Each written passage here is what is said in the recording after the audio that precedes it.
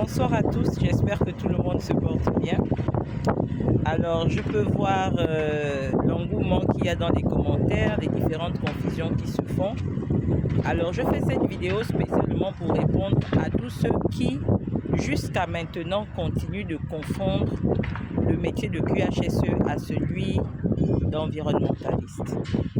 Les avis sont divers, en ce sens que, pour certains, le E de QHSE serait à part entière le métier d'environnementaliste inclus dans celui du QHSE. Jusqu'à, on va dire quoi, les années 2000, déjà que c'est un nouveau métier, jusque dans les années 2000, il y avait pas mal de gens qui avaient du mal à faire le distinguo entre ce qu'est réellement un QHSE.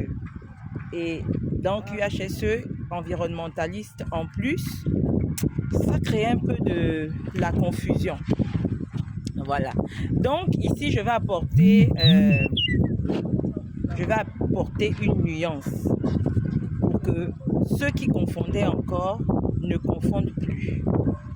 Ce qu'il faudrait savoir, c'est que le métier de QHSE, le E de QHSE, n'est que propre à la partie réglementaire. C'est que le QHSE, qu'est-ce qu'il fait? Il est là pour veiller à ce que l'entreprise n'enfreigne pas la réglementation, n'enfreigne pas les lois, puisse respecter toute la réglementation autour de l'activité pour que l'entreprise n'ait pas à payer des amendes, n'ait pas à se faire sanctionner. Pour que son entreprise, par exemple, si c'est dans le cadre d'un projet de grande envergure, que le projet ne lui soit pas retiré. Donc ici, toute la réglementation environnementale sera justement la lecture du QHSE afin que son entreprise ne soit pas en infraction. Donc il est là sur le plan juridique pour veiller à la conformité. J'espère que là on est clair. Maintenant, que fait l'environnementaliste lui à son tour?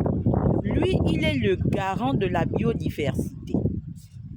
Il est là pour restaurer la biodiversité, pour veiller à ce qu'elle ne disparaisse pas.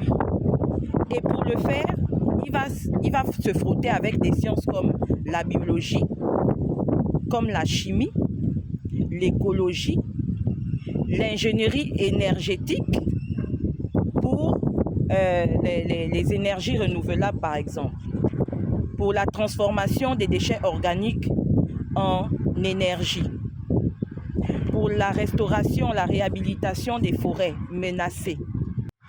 Donc on comprend bien que ici le rôle de l'environnementaliste, il est scientifique, écologique et stratégique. Voilà. Et le QHSE, lui, il va veiller à ce que l'activité de son entreprise respecte les lois et règlements déjà préétablis par qui? Par l'environnementaliste et accordés par les plus hautes autorités. Donc pour éviter que son entreprise ne soit en infraction, qu'est-ce qu'il va faire?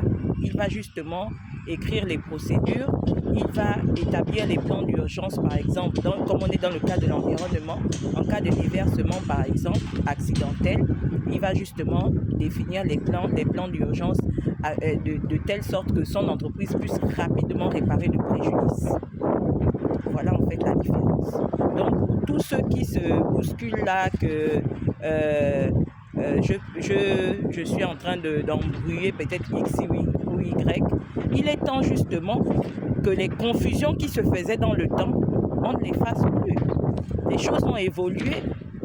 Donc, quitte à ce que vous vous recyclez, recyclez-vous et apprenez davantage.